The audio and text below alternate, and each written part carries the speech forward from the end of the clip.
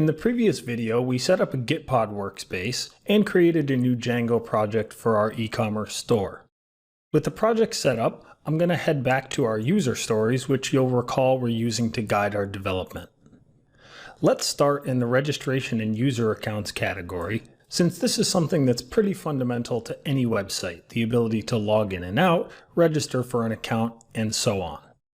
We can complete almost all the user stories in this category at once by using a popular pre-built package called Django Allauth.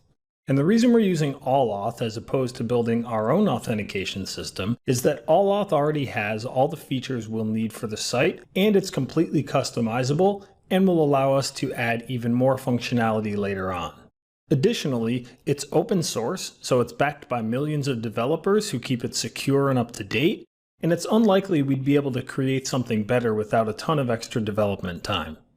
In general, with software development, there's no need to reinvent the wheel, so we're going to use Allauth, knowing that it's well supported, secure, and will do everything we need right out of the box. As you probably guessed, the first thing we need to do is install it with pip3 install Django Allauth.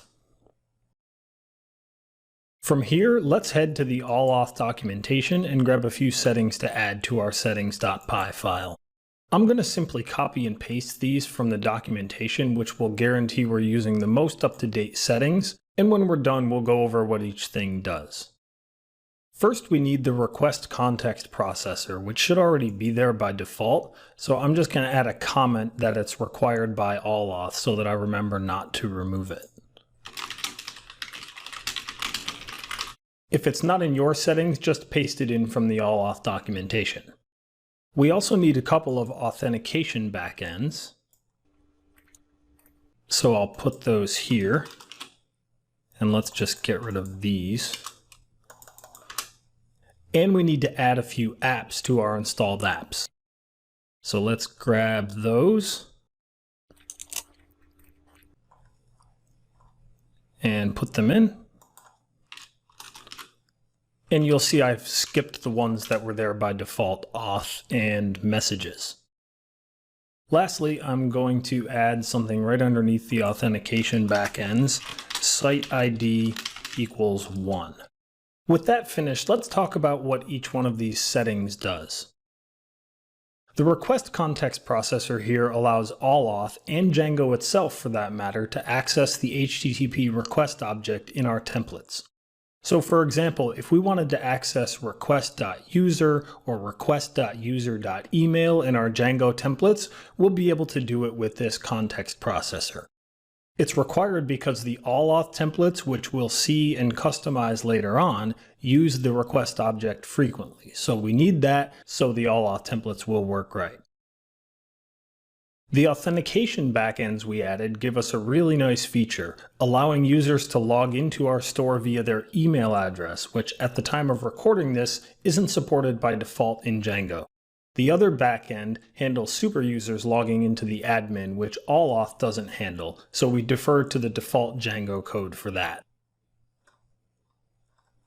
Finally, the apps we added to our installed apps are Allauth itself and these two, Account, which is the Allauth app that allows all the basic user account stuff like logging in and out, user registration, and password resets, and the other one, Social Account, which specifically handles logging in via social media providers like Facebook and Google.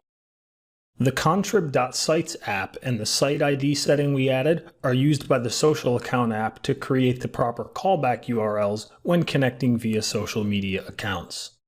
As an aside, we won't actually use the social media stuff in our site, but I definitely encourage you to give it a shot in your own projects because it's a really nice feature to have, not only because it makes it a lot more likely that users will create an account and use your site if they can do it with a single click, but also because when users connect with their social media accounts, it allows you to track your users' activity a lot more effectively, which is great for things like email marketing and advertising if you're trying to build a business.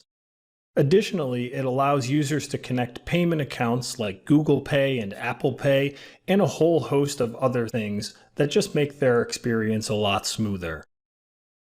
Getting back to the code here, let's add the Allauth URLs to our project level urls.py file.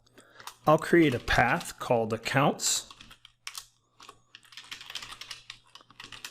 and use it to include all the allauth.urls. I'm doing this manually because at the time of recording this, the Allauth docs are still using the old URL function from before Django 2, and I want to keep everything consistent with the version of Django we're using. We also need to import include here at the top, since it's not imported by default. So this gives us all the URLs we need for login, logout, password resets, and so on. Next, we need to run migrations to update the database since we added some new apps. So let's do that with Python 3 manage.py migrate. Looks like we're all good there. So now I'm going to run the server with Python 3 manage.py run server and expose the port. And then open our project. Navigate to the admin and log in.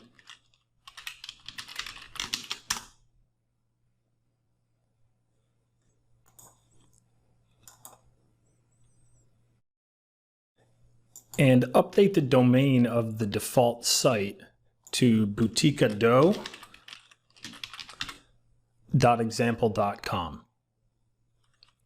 And we can change the display name to Boutique Ado. This isn't a critical setting, but it would be if we were using social media authentication, so we might as well do it now in case we want to use it in the future. In the next video, we'll finish adding the required settings for Allauth and test our authentication system.